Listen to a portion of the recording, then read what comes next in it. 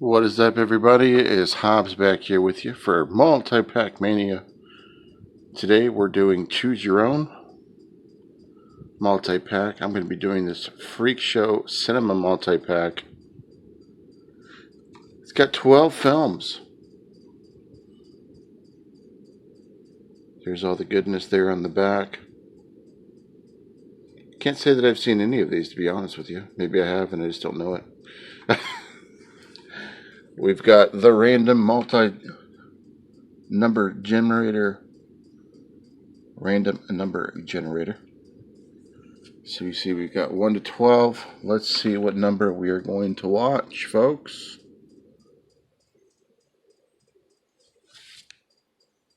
I didn't take it. Number 9. So film number 9.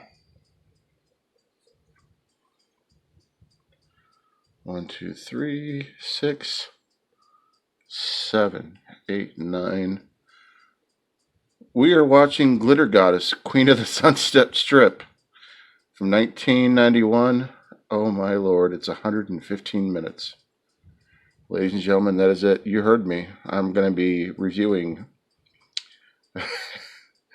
Glitter Goddess, Queen of the Sunset Strip.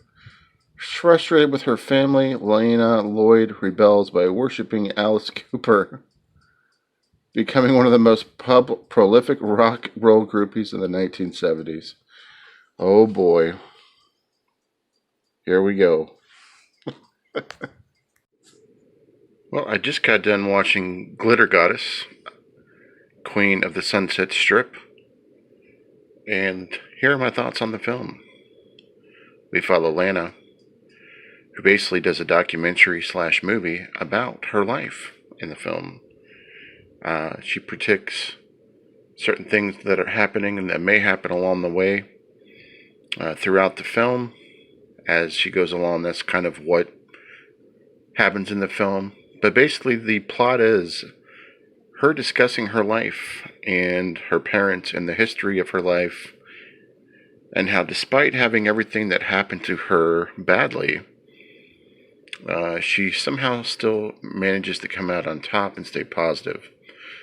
However, there are some really cult-like scenes in the film.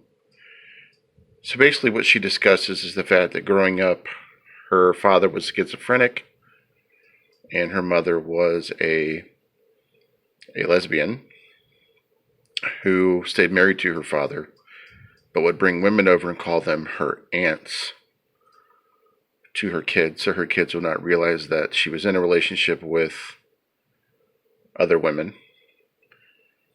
And basically the focus is how that would psychologically get to her at times. Not knowing, but it didn't bother her, because it was safer at times to be around them than it would be her father.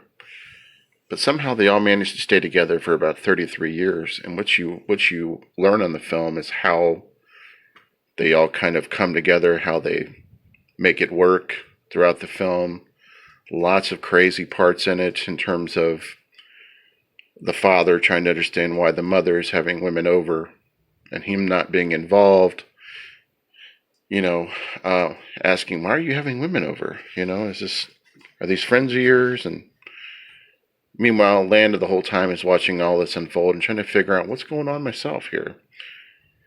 She ends up going on talk shows at some point in time to discuss the situation once her mother comes out. Oddly enough, there's Oprah Winfrey is in this film as well. She's on Oprah Winfrey discussing her life. I'm not for sure how that made this film. That really fascinated with me. I can't tell if it was an actual episode, though, or if it was something that Oprah agreed to do, but it was a legit show. And it was her on there. Multiple talk shows about her mother being one of the best known lesbians, I guess, in that area. Again, don't take any of this personally, guys. I'm just trying to roll with the film. And how she was, once she did come out, she was proud to be a lesbian, basically. And during the 70s and 80s, I guess certain parts of that time, it was really, really frowned upon to be gay, which I've heard that it was, because, this is something I've heard. So basically, once her mother decides that, I want people to know what's going on finally, she goes on all these talk shows and everything and starts to defend her position with it. And meanwhile, Lana is growing up with all this, having 5 or 6 different aunts that she thinks are aunts, but really that's her mother's girlfriends. Her father's schizophrenic, and basically it's just a documentary about her life. So let me get into my thoughts on it as far as the film.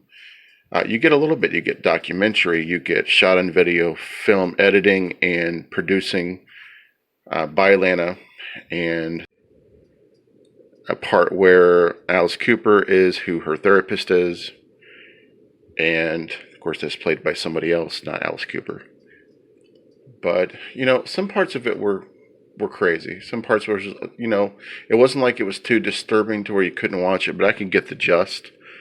There was a lot of bar scenes, a lot of scenes where her father was being depicted as being schizophrenic. Those were a little silly, but understandable. I'm not going to down it. I'm not going to dog it. I mean, it gets terrible reviews on IMDb, but for what it was okay. I can't say that it has rewatch value to me, but yeah. So, anyways, that is the Glitter Goddess of the Sunset Strip.